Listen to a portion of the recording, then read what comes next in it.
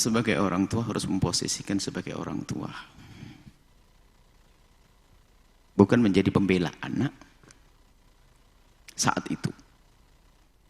Jadi bukan pembela anak, bukan pembela anak. Maksudnya pembela anak itu begini. Ada sebagian orang tua tuh hidupnya jadi pembela anak, bukan jadi pendidik anak. Setiap aduan dari anaknya langsung emosi dia. Sekolahan dilabrak, gurunya dilabrak. Lah ini Anda salah sebagai orang tua. Sebagai posisi orang tua adalah mengayomi, mendidik anak. Maka kami ingatkan kepada orang tua, jika ada anak Anda melapor tentang kekurangan di pondok pesantrennya, atau mungkin di sekolahnya, tidak boleh Anda telan mentah-mentah, tapi juga tidak boleh Anda biarkan begitu saja tanpa tanggapan dari Anda. Ini kadang-kadang sebagian orang tua cuek, nggak mau peduli, itu juga salah. Tapi di sisi lain Anda langsung ditelan mentah-mentah. Ini bahaya sekali, dan itu biasanya anak nggak akan bisa bertahan. Kalau punya orang tua semacam itu, ingat, kalau orang tuanya suka menelan mentah-mentah omongan anak, yang hancur anak itu sendiri. Dengar omongan ini. Yang namanya anak, pengalaman cara berbicara belum tahu, kemudian cara menyelesaikan masalah belum tentu. Biasanya anak itu adalah punya permasalahan itu volumenya misalnya 3, itu ngomongnya seperti 8 volumenya.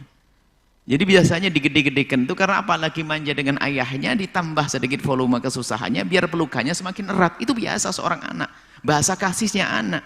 Tapi orangnya menangkapnya adalah bahasa permasalahan, salah. Itu bahasa manjanya seorang anak kepada ayahnya yang dianggap bisa melindunginya, sehingga kadang ngomong permasalahannya memang gak seberat amat, cuman kadang ditambahkan biar apa, pelukan ayahnya semakin kuat.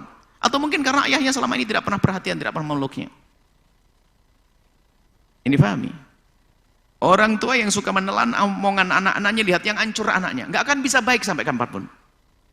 Yang namanya anak bisa saja ngadu, dan betul permasalahannya terjadi. Misalnya betul dia dipukul di pondok, misalnya. Benar, orang tua langsung marah. Anaknya tambah kurang ajar, padahal sebabnya apa dulu dong? Permasalahannya apa dulu? Saya teringat ibunda tercinta rahimahullah, semoga Allah memberikan kasih kepada beliau. Yang namanya saya santri kan biasa, yang namanya pelanggaran ada, hampir semua santri yang nggak langgar pun, kata guru kita yang belum pernah saya pukul, sini saya kasih pukulan. Kami itu pulang ada merah di sini, habis dipukul. Kita sembunyikan agar Umi itu tidak marah.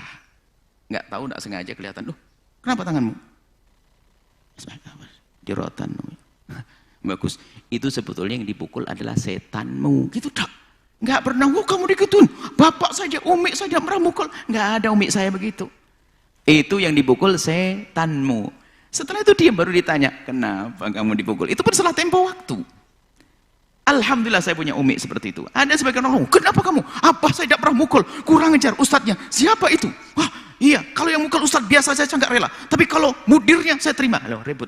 Ini wali santri atau preman ini? Preman aja sudah banyak baik hari ini.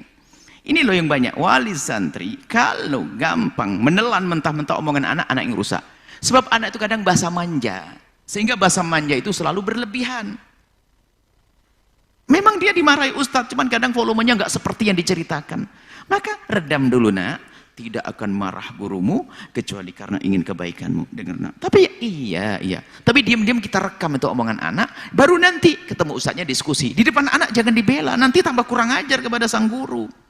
Kalau ternyata kita ada yang janggal betul, kita bisa tanya baik-baik. Mungkin masukan untuk pondok pesantren tersebut. Ada apa sih? Kok sampai seperti itu? Nah itu. Jadi mungkin masukan. Oh anak anda gini nih. Oh kok bisa? Nah, ya. Jadi bertanya dulu, jangan langsung main. Ini kunci sebagai orang tua. Jangan mudah, jangan menelan mentah-mentah, tapi jangan dibiarkan begitu saja. Kemudian setelah itu bagi anak, wahai anak yang soleh, para santri dimanapun kalian berada, ibumu itu sangat mencintaimu, ayahmu sangat mencintaimu.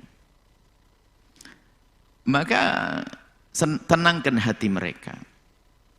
Jangan biasa membicarakan sesuatu yang kurang enak di pondok. Karena apa? Membuat beliau gelisah dan susah. Tapi kalau ingin membicarakan adalah dengan bahasa diskusi, bukan pengaduan. Telepon jarang, gara-gara telepon, ma, kenapa nak? Tadi siang hari ini nggak dapat makan. Nggak dapat makan. Wah, langsung kok bisa kamu gini. Dipikir setiap hari nggak dapat makan. Padahal hanya hari itu saja nggak dapat makan, padahal salahnya dia. Sudah disiapin makanan, nggak diambil. Akhirnya nggak tahu siapa yang ngambil setelah itu, atau diringkesi sama pengurus. Padahal yang salah dia. Orang tua yang marah, pikirannya gelisah gara-gara santrinya, anaknya ngomong, dipikir setiap hari nggak bisa makan, anak saya nggak dikasih makan, nggak dapat makan. Lah ini alamat rusak hatinya wali santri, menjadi tidak pasrah dengan pondok pesantren, awal kehancuran. Pondok pesantren manapun tempatnya, tentu ada kekurangan. Sebab di dalamnya adalah ijtihadnya para murabbi. Untuk mendidik anak, ada kekurangannya di sana, di sini, itu wajar. Anda sebagai wali santri, hendaknya merasa memiliki pondok pesantren tersebut untuk ikut mendukung dalam kebaikan. Bukan kerjaannya protes saja, komplain terus, nggak berkah nanti pada akhirnya. Ini nasihat kepada siapapun yang mondokkan anaknya di pondok pesantren manapun. Kami tidak bicara tentang pondok kami. Al-Bahjah bukan. Banyak wali-wali santri seperti itu. Bukan seharus pondok, sekolah pun kalau ada komplainan, kalau ada anak-anak itu anak kita di sekolah manapun kok ngadu tentang sekolahnya, ya jangan langsung ditelan mentah-mentah. Faham, anak kita tuh pengen manja dengan kita. Kemudian di sisi lain, wahai anak, ibumu, ayahmu tuh sangat mencintaimu, sehingga keluhanmu sekecil apapun dirasa berat bagi orang yang mencintainya. Sehingga reaksinya pun kalau orang tuamu nggak bijak bisa berbahaya, menjadikan rusak pada dirimu sendiri. Akhirnya ada yang dicabut anaknya dari pondok pesantren. Setelah dicabut, ini kebanyakan dari pengaduan beberapa ustadz, dan kita pun juga pernah mengalami, maksa cabut-cabut. Setelah keluar beberapa bulan, boleh enggak anak saya masuk pondok lagi? Kenapa? Hafalannya hilang, terbisa begini, wanaka. Lah ya itulah akibatnya. Main cabut saja. Sudah itu mau dianterin lagi. Ini adalah pendidikan kepada para wali santri, guru-guru semuanya. Nah, ini. Jadi jangan gampang komplain, jangan, diskusi yang baik. Jadi ingat, anakmu pengen manja denganmu, wahai para wali santri. Anakmu pengen manja, makanya biasa kalimatnya berlebihan. Kan begitu kalau manja. Sakitnya biasa, ditambah lagi biar tambah perhatian. Itu biasa, paham bahasanya.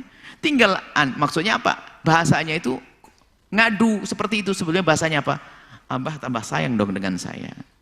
Semakin dekat, diajak ngobrol, diskusi, mumpung liburan, diajak liburan malah dikasih televisi, game, bapaknya pergi kemana sendiri, ini bapak model apa begitu, kasih sayang dong, rindu kasih, hanya dengar komplainnya tok, pengaduannya tok, tidak seperti itu ya.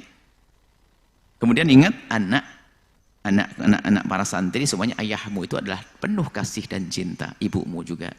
Sehingga pengaduanmu, keluh kesahmu sedikit pun akan, biarpun kecil, akan terasa berat di ayahmu. Bisa menjadi reaksi yang negatif nanti membahayakan kepada kamu. Kalau memang ada sesuatu yang tidak benar di pondok pesantrenmu, sampaikan kepada ayah dengan bahasa bijak. Gimana ayah untuk selesaikan masalah ini? Permasalahannya adalah anak yang tidak kerasan banyak beralasan. Nasib buruk bagi dia. Sudah tidak kerasan, banyak beralasan, macam-macam, pengen dikeluarkan, pengen pulang dan sebagainya, tambah tidak karu-karuan mondoknya, berkah juga tidak ada nanti. Mestinya kalau merasa tidak kerasan, minta petunjuk gimana, minta doa kepada orang tua. Sampaikan kalau saya belum kerasan, bukan menjelekkan tempat belajarnya. Wah, kamar mandinya nggak ada, ngantri segala macam, makanannya nasinya kering, wah pakai kerupuk tok dan sebagainya, macam-macam. Tidak seperti itu. Ini adalah pendidikan kepada wali santri dimanapun Anda berada, yang memondokkan anaknya kepada siapapun.